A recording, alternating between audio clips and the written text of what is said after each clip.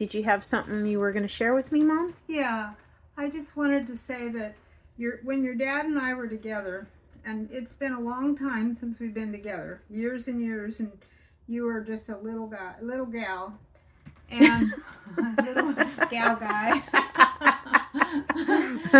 all these little children running around.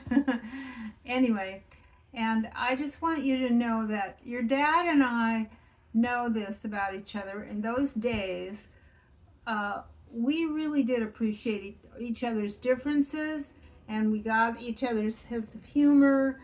And at times we had a really, really good relationship, and especially because we were both going to school. Your dad was in the philosophy department, and I was his typist, which I think I've said on other uh, videos. But uh, No, you didn't mention it. You haven't talked about anything regarding any of that. We haven't even gone into all that. Your dad didn't really type then, and I was a pretty good typist from learning in high school, and I had never even heard of names like Kant and Spinoza, and philosopher after philosopher, and philosophical ideas and political ideologies. I was not educated, and I came from a very much of a white bread family, and I just didn't have that kind of education even when I went to school. But he had not had, but he was interested in it, much of a theater arts background. But he was interested that I was in it. I was a costumer for Fresno State.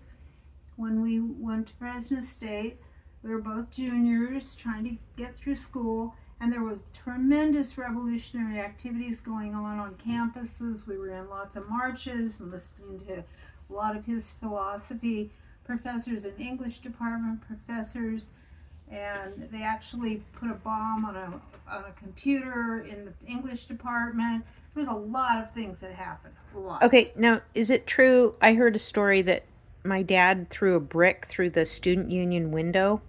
I doubt it, but I don't know. You should ask him. Okay. I don't know. Rumor. Okay.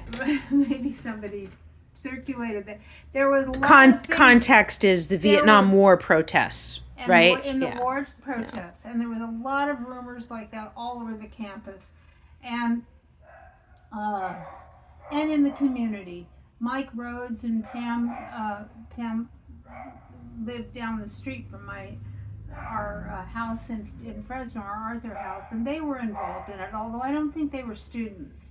They lived in, or Mike Rhodes lived in a house that was out in the country, and it was kind of a center for I know that your dad went to that house. I never went to that house, and I didn't really realize it.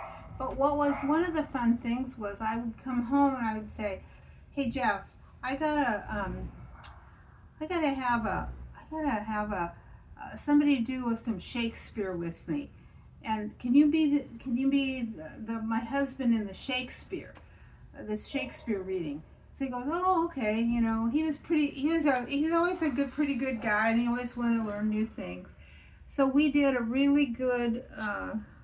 I don't actually at this moment remember which Shakespeare it was, but it was a dialogue.